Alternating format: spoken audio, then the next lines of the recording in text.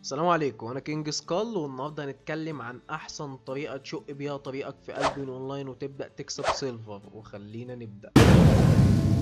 بص يا عزيزي، البيون اونلاين من الالعاب اللي بتديك حريه كبيره جدا جواها، بس قصاد الحريه دي بتصرف فلوس كتير قوي، فلازم تجمع فلوس اكتر وتكون بتعرف تجيب فلوس يوميا. فانا جاي اعرفك بكل الطرق الممكنه وازاي تبدا اللعب، واعرفك باحسن جلد ممكن تبدا بيها لو انت جديد، واعرفك باحسن جلد فيها كونتنت لو انت اعلى من 50 مليون فيم، واقول لك ازاي تدخل افات وازاي تعرف احسن بيلد للبي في بي والبي في اي، سواء كونتنت جماعي او كونتنت سولو. بس اهم حاجه الاشتراك واللايك اللي بيفرحني. وقبل ما ابدا عايز اشكر كل الناس اللي بتحط لي كومنت بيفرحني بجد بجد، شكرا جدا. الحوار ده بيخليني عايز اكمل واكون يعني مبسوط قوي، والله العظيم اكون مبسوط قوي. انا اصلا بسجل دلوقتي وانا بضحك يعني، بجد شكرا. وكل اللي طالبه الاشتراك عشان عايز اوصل 1000 مشترك ان شاء الله بالاخر السنه دي، وبحاول على قد ما اقدر اكون مستمر ان انزل. بجد اكون مبسوط قوي لو وصلت 1000 مشترك، او على الاقل حتى نصهم قبل اخر السنه. وبس يا عزيزي وخلينا نبدا. بص يا عزيزي، هنبدا بالناس الجديده. تعمل ايه اول حاجه؟ وقبل اي حاجه انت تروح تشوف الفيديو ده لو انت جديد،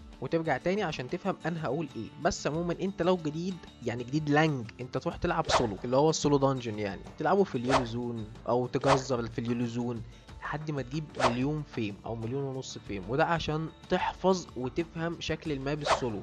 واي حد هتلعب معاه هيقول لك لا يا عم وما اعرفش ايه، ولازم تخش البلاك زوم من الاول عشان ما ده هفاي. ده هفاي، مفيش حاجه اسمها كده.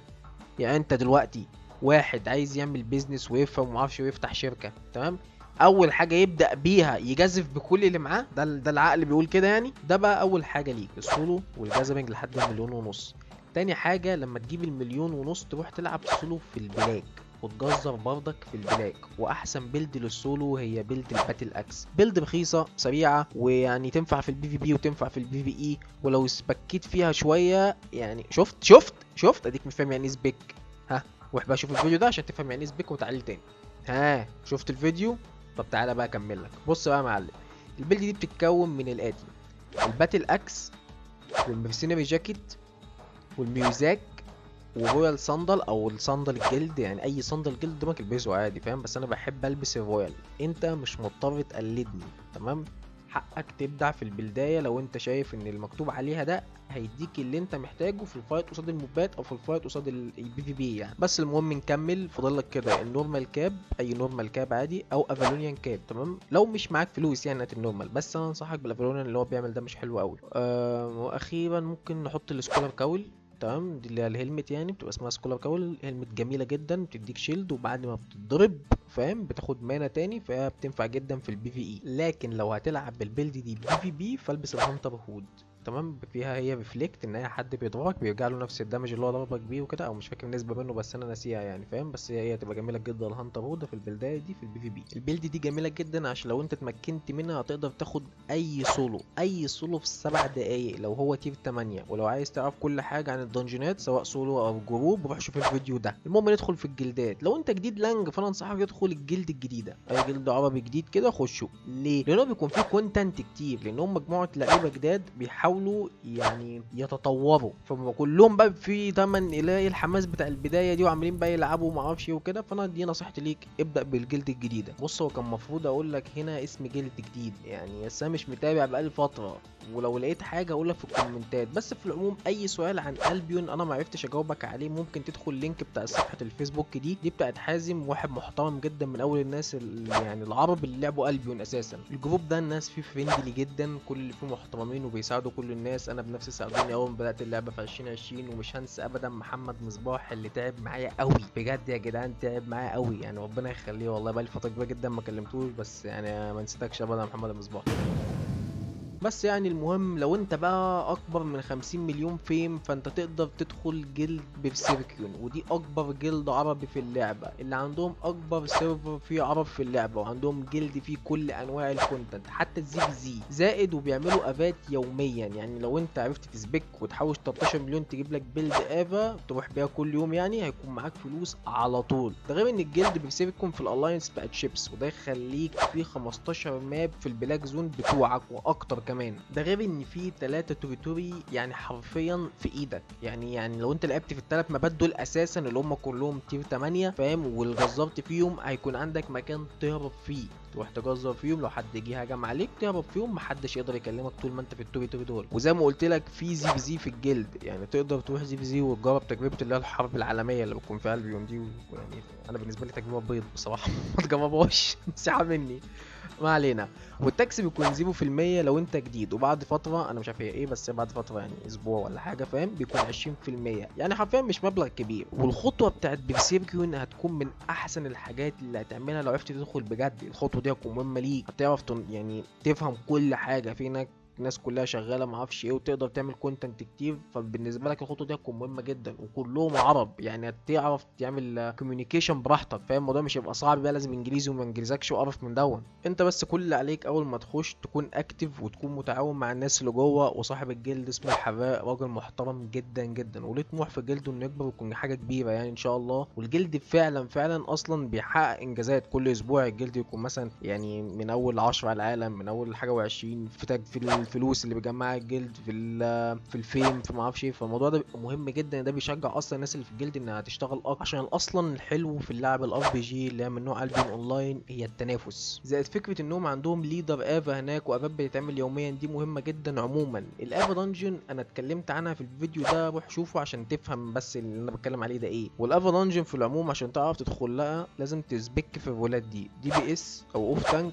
او هيلر. والبيلد بتاعتهم يعني كالاتي. بص بقى يا معلم، الدي بي اس بيجيب ويبنج تمام او لايت كروسبو تمام، بس هنلغي دلوقتي اللايت كروسبو نتكلم على الويبنج بس لانه ارخص واسهل. في العموم بيلد الويبنج بتتكون من الاتي: سلاح الويبنج، دروب، رويال كاول، رويال صندل، كيرليون كيب، وشنطه تكون 8/2 دي هتبقى انت واخدها معاك في كل حاجه. اي كونتنت اب خد معاك شنطه 8/2. وبيكون معاك بيلد زي في زي عشان لو حد يعني دخل عليكم، او بيلد سكيب حسب الليدر هو اللي بيطلب. وفي كمان الاوف تانك، وده رول مهمه جدا لو عرفت يتمكن منها اي ليدر بيكون محتاجك. ودي رول صعبه شويه، بس عموما الاوف تانك بيتكون من سولدر هيلمت وجارديان ارمور وانكوبو سميث وشيلد استرال وايجيبت الاسم ابن الله ايه ده ما علينا، وكيفليون كيب وجارديان بوتس. ودول ليهم اسوابات، يعني بتجيب حاجات معاك معينه الليدر هيطلبها منك عشان تعرف تاخد البوس المعين ده. فعموما الحاجات دي هي كالاتي: ميست كولر، جارديان هيلمت، اساسن هود، رويال جاكيت.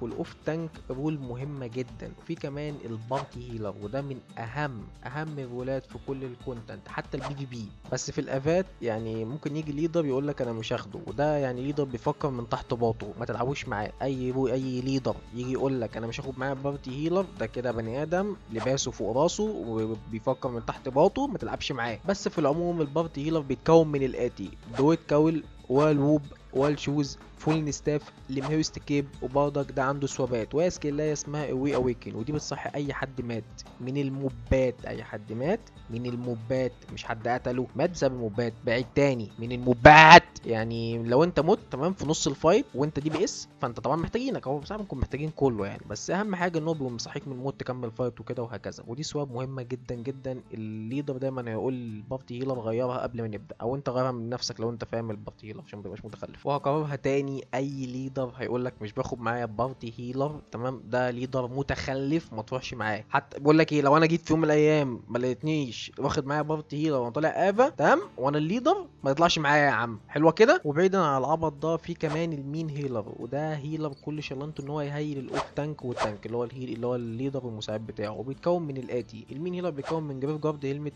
رويال روب، رويال شوز، ديفين ستاف يا اما هولي ستاف، برضه قلت ديفين تاني اسمها ديفاين يا جدعان.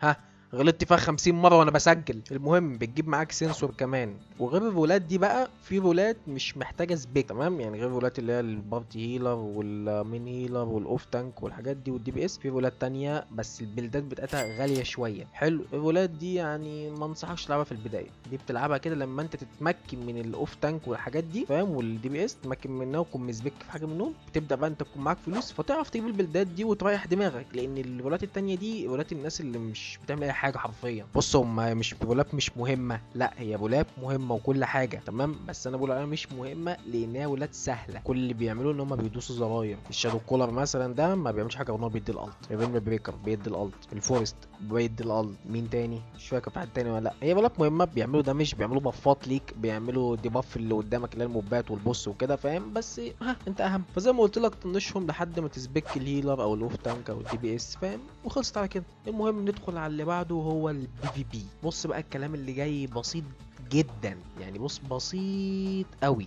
في موقع اسمه ميردر ليدجر، وده موقع متخصص في بيلد البي في بي، يعني حرفيا بي في بي بس، انت فاهم قصدي؟ بيلد تنفع البي في بي فقط لا غير، وخصوصا بيلدات البي في بي بتاعت الكرابتد والهيل جيت. الموقع ده فيه كل حاجه انت محتاج تعرفها عن بيلد البي في بي اللي نفسك تلعب بيها في العموم، وبيجيب لك يعني الناس اللي بتلعب بيها ومعدل الوين ريت بيها، بس مش كل حاجه وين ريت. يعني ازاي؟ يعني مثلا انا شفت ناس 4-2 قتلوا ناس 8-3 عادي جدا عادي، فاهم؟ فهي بيك انت عشان تحترف في البي في بي بتركز على كونتنت بي في بي واحد، وليكن مثلا الكرابتد. وبدايه الكرابتد من اخر مره انا لعبت، انا زي ما قلت لكم في كذا فيديو، انا ماليش في البي في بي قوي، بس لما كنت بلعب كرابتد وكده زمان زمان قوي كنت بلعب بيلد اسمها الكيرسد سكال. دي بص يعني من اخر مره لعبت فيها الكرابتد يعني كانت جامده جدا جدا جدا. انت مثلا هتركز على البلدايه دي وتركز على الكرابتد وتفضل تلعب كتير، هتموت كتير في الاول بس هتكسب، يوم ما تكسب هتكون مبسوط جدا. مره ومره ومره هتلاقي نفسك قراراتك بقت صح، معدل الوين ريت عندك انت كلاعب